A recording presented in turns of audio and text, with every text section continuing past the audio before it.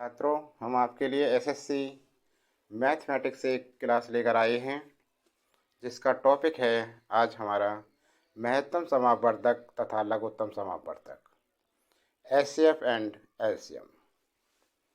ये होता क्या है? देखो, में से एचसीएफ क्या है? जब दो या तीन संख्याएं हैं तो उनके अभाज्य गुणनखंड करने पर उनमें जो चीज़ मिलती है, अभाज्य गुणनखंड एक दूसरे से मेल खाते हैं, उनकी गुणा कर लेते हैं, वो में से होता है। और एलसीएम जो मेल खाते हैं और जो शेष रहते हैं उन्हें भी मल्टीप्लाई कर लेते हैं। अब देखो, जैसे एग्जाम्पल बताओ। देखो, एक 25 संख्या है, ठीक है, और एक है हमारी 15।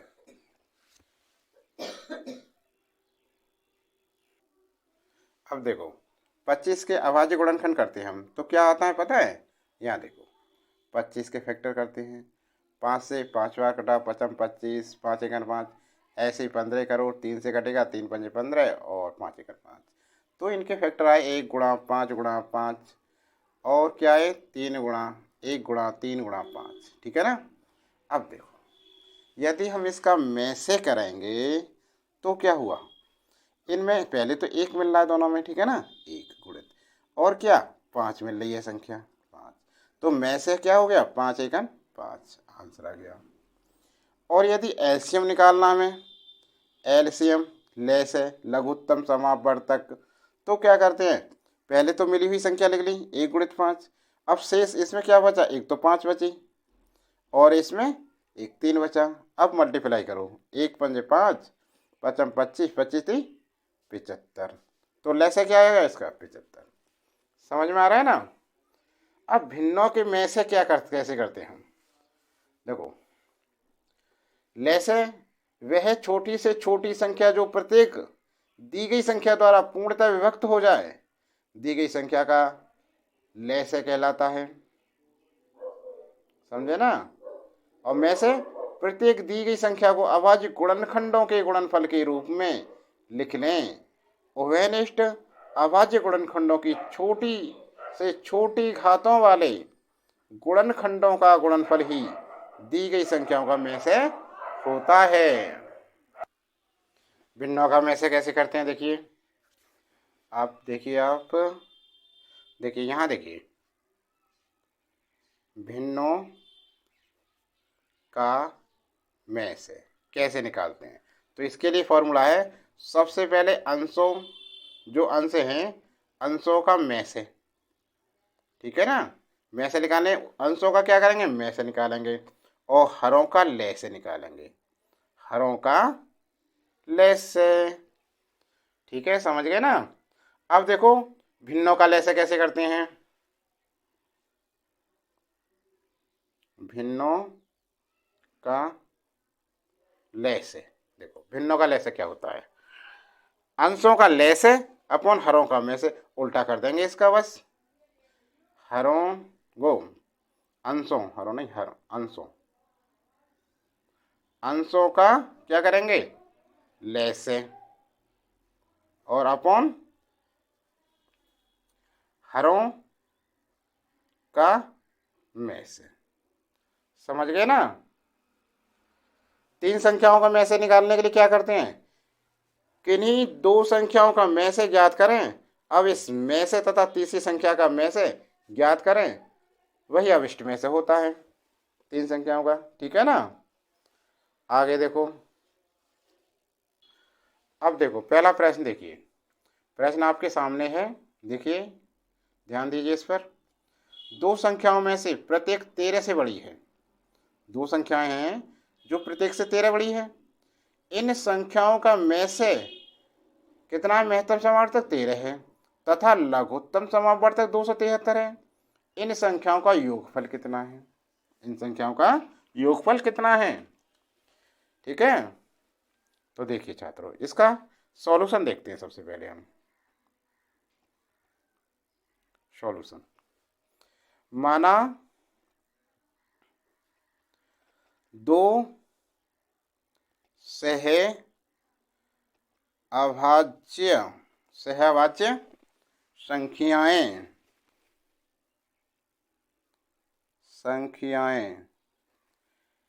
ए तथा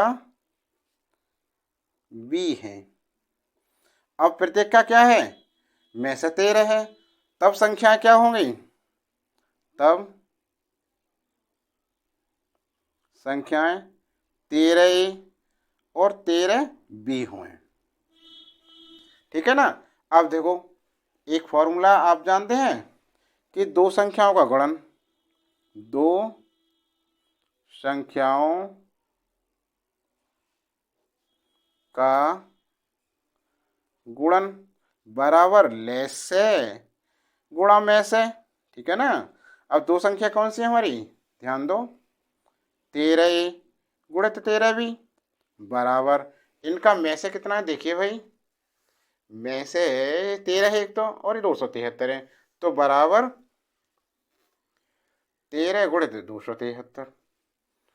अब इसे हल करो, 13 से 13 कट गई, इस 13 से 13 कन 13, 13 दूनी 26 और 13 कन 13 21 बार, तो ए बी बराबर कितना है 21। अब क्योंकि ए बी क्या है, दो सहभाज्य संख्या है। सहभाज्य संख्या कौन सी होती है, वे संख्या जो जिनके एक दूसरे से कोई भी गुणनखंड नहीं मिलता हो। जब फैक्टर करें उनके अभाज्य गुणनखंड तो एक दूसरे से कोई भी मेल नहीं करता, अर्थात उन दोनों का में से एक हो। तो ए बी दोनों का गुणनफल है, दोनों अभाज्य संख्या है, तो 21 के हम फैक्टर करेंगे अभाज्य तो आएगा 3 गुणा 7। अतः ए बराबर 3 और बी बराबर 7। ठीक है ना, ये हो गए। अब संख्याएं क्या हो गई भाई, देखो यहाँ देखो आप, तब संख्याएं क्या थी, मानी थी भाई हमने। देखो यहाँ देखो आप, ये 13 और 13 भी मानी थी। ठीक है ना, तो 13A अर्थात 3 और 13 गुणा 7, तो 13 3 39 और 13 7 कितने हुए, 7 या 21, 7 8 9 91, 13 और 91 संख्या हो गई। अब सवाल देखिए, सवाल में क्या पूछ रहा है हमारे में, इन संख्याओं का योगफल कितना है। तो देखिए छात्रों, योगफल पूछ रहा है बस। अतः संख्याओं का योगफल बराबर 39 प्लस 91 बराबर कितना हो गया, 9 और 1 10, हासिल का 1, 9 और 10 3 13 130। समझ गए ना, आंसर आ गया 130। अब देखते हैं विकल्प में कौन सा है हमारा सही। यहाँ आ गए विकल्प पे। ठीक है ना, तो विकल्प डी बिल्कुल सही है आंसर। छात्रों यदि वीडियो अच्छी लग रही हो तो जल्दी से जल्दी लाइक करें हमारी वीडियो को, और अपने दोस्तों को भी शेयर करें ज़्यादा से ज़्यादा। और चैनल पर नए हैं तो चैनल को सब्सक्राइब कर लें, बेल आइकन ज़रूर दबाएं और नोटिफिकेशन चालू कर लें। ठीक, अब आगे बढ़ते हैं। हो गया सब कुछ, आगे बढ़ते हैं, चलो आगे। अब देखिए दूसरा प्रश्न आपके सामने है छात्रों, दो संख्याओं का योग 45 है। दो संख्याओं का योग 45 है। इन संख्याओं का अंतर इनके योग का 1/9 है। इन संख्याओं का लसागु कितना है। तो देखिए सॉल्यूशन कितनी जल्दी बताते हैं, बहुत ही सिंपल सवाल है। देखो दो संख्याओं का योग, जब दो संख्याओं की बात हो रही है तो पहले तो माना दो संख्या है, संख्याएं मानेंगे तो ए तथा बी है। दो संख्या क्या है हमारी, ए और बी, ये मान ली। अब देखिए प्रश्न को पढ़ते जाइए। दो संख्याओं का योग, तो ए प्लस बी कितना हो गया, 45 हो गया। इन संख्याओं का अंतर अर्थात ए माइनस बी बराबर इनके योग का 1/9 अर्थात 1/9 गुणा 45, योग 45 है, 9 पंजे 45, 5 आ गया। ये समीकरण 1 हो गया, ये समीकरण 2 हो गया। इन संख्याओं का लैस है, तो सबसे पहले तो भैया संख्या ज्ञात करेंगे। अब इनको जोड़ दें दोनों समीकरण को, तो बी से बी कट गया, ए और ए कितने हो गए 2a। 45 और 5 50 हो गया। 2 से 25 बार कटा, तो ए बराबर आ गया 25 भैया। ठीक है, ए का मान आ गया। अब देखिए यहाँ समीकरण 1 से एक क्या है ए प्लस बी, अर्थात ए का मान 25 प्लस बी बराबर 45। ठीक है ना। और बी बराबर देखिए कितना हो जाएगा 45, इसे इधर ले गए माइनस के 25 कितना हो गया 5 में से 5 गया 0, 4 में से 2 गया 2, 20 हो गया। ठीक है। अब भाई संख्या प्राप्त हो गई हमें।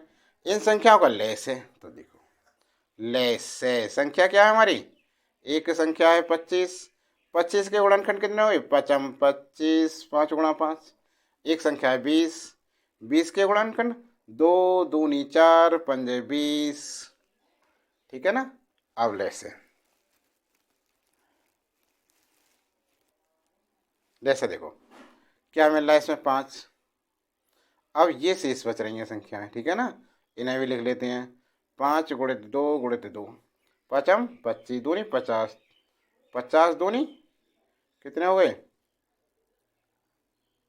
100। एक तरीका तो लैसे निकालने का ये है। एक तरीका आंसर आ गया हमारा 100। ठीक है ना। एक तरीका और बताते हैं लैसे निकालने का। देखिए यहाँ देखिए आप, ये है 25 और ये है 20। सबसे पहले 5 से काटो, 5 25 5 चौक 20 हो गए, सभी अलग अलग आ गई। बस 5 25, 25 चौका 100, ये भी हो गया आंसर। अब विकल्प पर चलते हैं, तो देखिए विकल्प कौन सा सही है हमारा, विकल्प ए बिल्कुल सही है आंसर। ठीक है। अब अगले प्रश्न पर चलते हैं, जल्दी से, चाहो तो स्क्रीनशॉट ले सकते हो गया ये देखो। ठीक है, आगे चलें। अगला देखो। अब देखो तीसरे सवाल पर आते हैं हम। तीसरा सवाल क्या है, ध्यान से देखो। तीसरा सवाल है, दो संख्याओं के में से तथा लैसे का योगफल 680 है तथा लैसे में से का 84 गुना है। यदि एक संख्या 56 हो तो दूसरी संख्या कितनी है। जल्दी से जल्दी लिखकर इसे निकाल कर बताइए आंसर। कौन सा विकल्प ठीक है, देखिए ABC विकल्प डी है। कौन सबसे पहले करके दिखाता है, देखते हैं सॉल्यूशन। माना देखो प्रश्न के अनुसार देखो, दो संख्याओं के में से तथा लैसे का योगफल, में से को H मान लें, लैसे को L मान लें, तो इनका योगफल कह रहा है 680। समीकरण 1 हो गया। ठीक है भाई। अब देखिए यहाँ, तथा लघुत्तम समापवर्तक का 84 गुना लैसे कॉमा में से का 84 गुना है, अर्थात L बराबर 84H। तब देखो समीकरण 1 में लिख दो इसे, H प्लस 84H बराबर 680। ठीक है ना। 84 कितना हो गया 85S 680, और H बराबर 680 बट्टे 85 कितनी बार कटाइए, 8 पंजे 40, 8 6 48, नहीं 8 पंजे 40, 8 2 64, 64 और 4 68, ये कटे हुए 8 बार। H का मान 8 आ गया, H आ गया 8।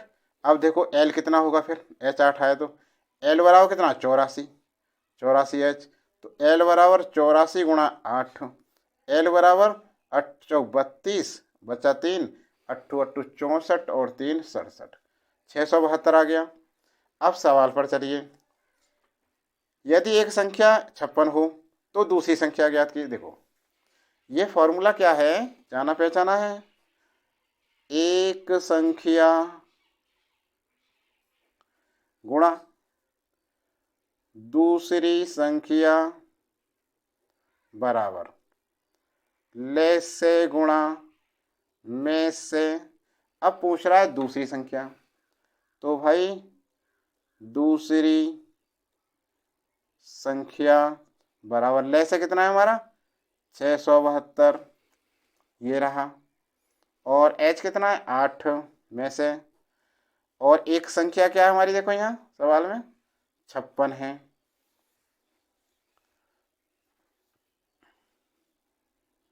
56, 8 सत्य 56, 6 निम 63, 4 बचे 6, 7 निम 63, कितने बचे 4 बचे 42 हो गए, 7 छिंग 42, कितना आया 96 आंसर।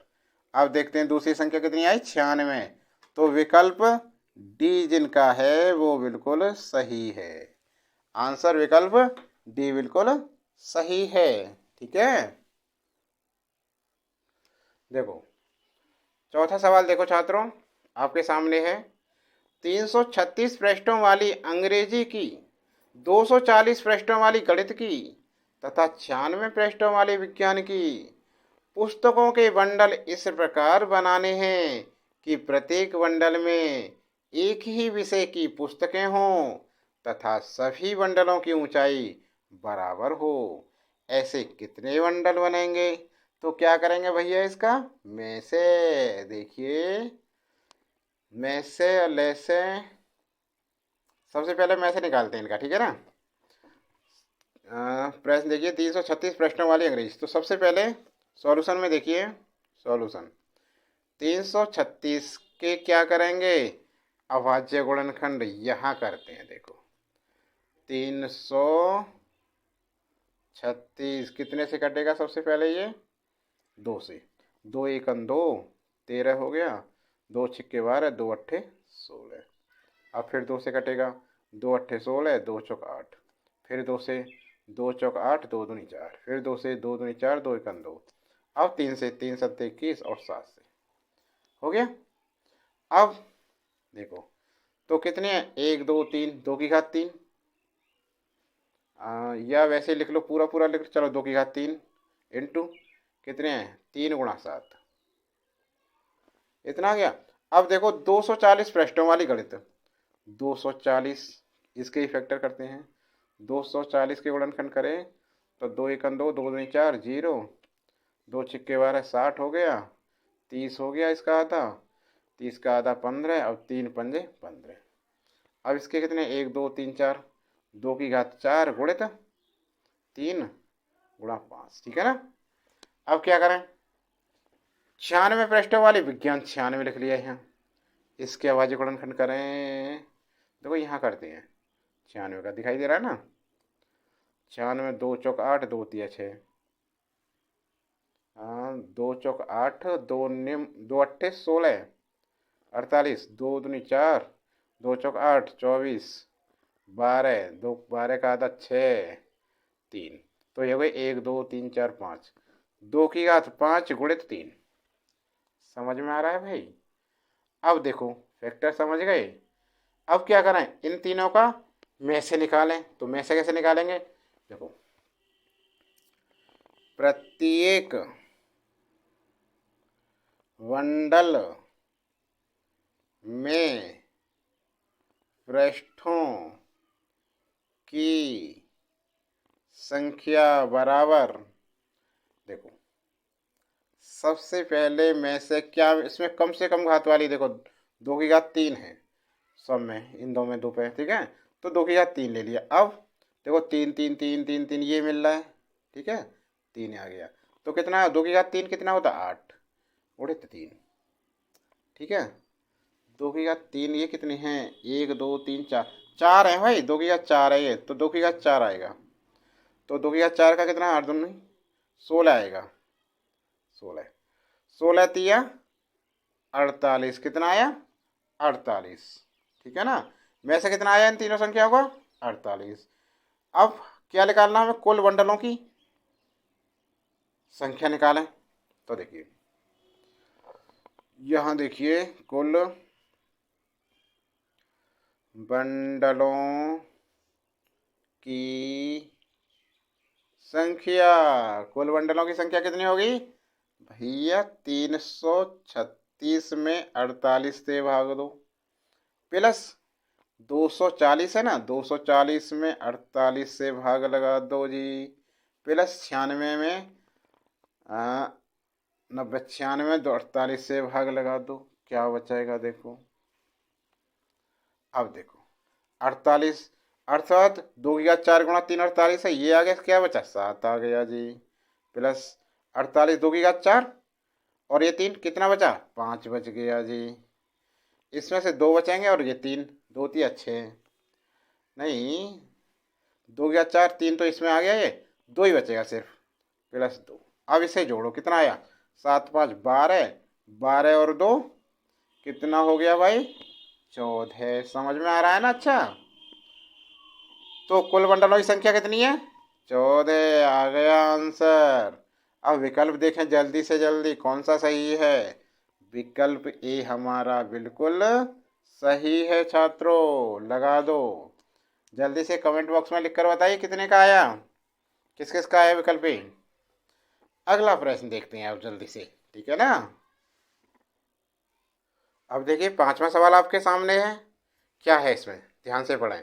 वह बड़ी से बड़ी संख्या कौन सी है जिससे 30 26 तथा 50 53 को भाग देने पर क्रम से 11 तथा 13 शेष बचें। तो सबसे पहले अभिष्ट संख्या देखो, सॉल्यूशन देखिए। अभिष्ट संख्या सबसे पहले 30 26, 30 26 में से शेष क्या है भाग देने पर 11, क्या करेंगे 11 11 घटाएंगे तो 30 6 और यहाँ 11 5 और यहाँ 1 30 15 हो गया, ठीक है। और तथा 50 53 में से 13 शेष, तथा 50 53 में से 13 घटा दिया कितने बचे 0, 5 में से 1 गया 4 0 5, 50 40 हो गया, ठीक है ना। अब क्या करते हैं देखो, 30 15 तथा 50 40 का में से निकालेंगे, क्या करेंगे भाई में से बराबर निकालेंगे वही आंसर आएगा। तो में से देखिए भाग विधि से करते हैं, गुणनखंड विधि से नहीं। 30 15 में भाग, 30 15 से भाग लगाओ, 50 40 में भाग दिया तो देखो कितना आया, कितनी बार जाएगा एक बार। 30 15 10 में से 5 गया 5, यहाँ 3 बचे, 3 में से 1 गया 2 0, 5 में से 3 गया 2। अब दोबारा से इस संख्या से इससे भागित करें, अर्थात 30 15 यहाँ आ गया, कितनी बार जाएगा एक बार। 20 25 कितना बचा 0, यहाँ 11 में से 2 गए, कितने बचे हाँ 9, यहाँ कितना रह गया 9 रह गया 9, 990। अब 990 से 20 25 से भाग लगाओ, कितनी बार जाएगा देखो। तो ये जाएगा 9 दूनी 18 2 बार, 0 2 ने 18 हासिल का 1, 2 ने 18 19, देखते हैं कितना बचा 5 हुआ यहाँ, 12 में से 8 गए 4, या 19 रहे, सही है। अब 45 से 990 में दो, तो 45 दूनी 90, अरे अब देखो 45 दूनी 90, 9 बचे, फिर 45 दूनी 90, जहाँ पूर्ण कट गया विभाजित शेषफल कुछ नहीं बचता, वही में से होता है। तो 30 15 तथा 50 40 का में से कितना हुआ 45, ठीक है। तो पूछ क्या रहा है हमारा, वह बड़ी से बड़ी संख्या कौन सी है जिसमें इतने इतने से भाग देने पर कम से इतने शेष बचे। तो कौन सी है, जो में से आया 45, यही आंसर है, ठीक है ना। विकल्प देखो कौन सा सही है हमारा, तो विकल्प सी जिसका आ रहा है बिल्कुल सही, ठीक है ना। छात्रों हमारी वीडियो कैसी लगी, कितना किसके समझ में आया, वीडियो कैसी लगी कमेंट बॉक्स में लिख कर बताएं जल्दी से जल्दी। और वीडियो अच्छी लगी हो तो लाइक करें। जो छात्र हमारे चैनल पर नए हैं, पहली बार देख रहे हैं और चैनल को अभी तक सब्सक्राइब नहीं किया है, वो चैनल को सब्सक्राइब कर लें, बेल आइकन ज़रूर दबाएं और नोटिफिकेशन चालू कर लें, जिससे हमारी सभी आने वाली अगली वीडियो का नोटिफिकेशन जल्द से जल्द प्राप्त हो सके। ऐसी अच्छी अच्छी वीडियो आपके लिए लेकर आएंगे, चैनल पर बने रहें। आज के लिए बस इतना ही, अगली वीडियो बहुत जल्दी लेकर आएंगे आपके लिए।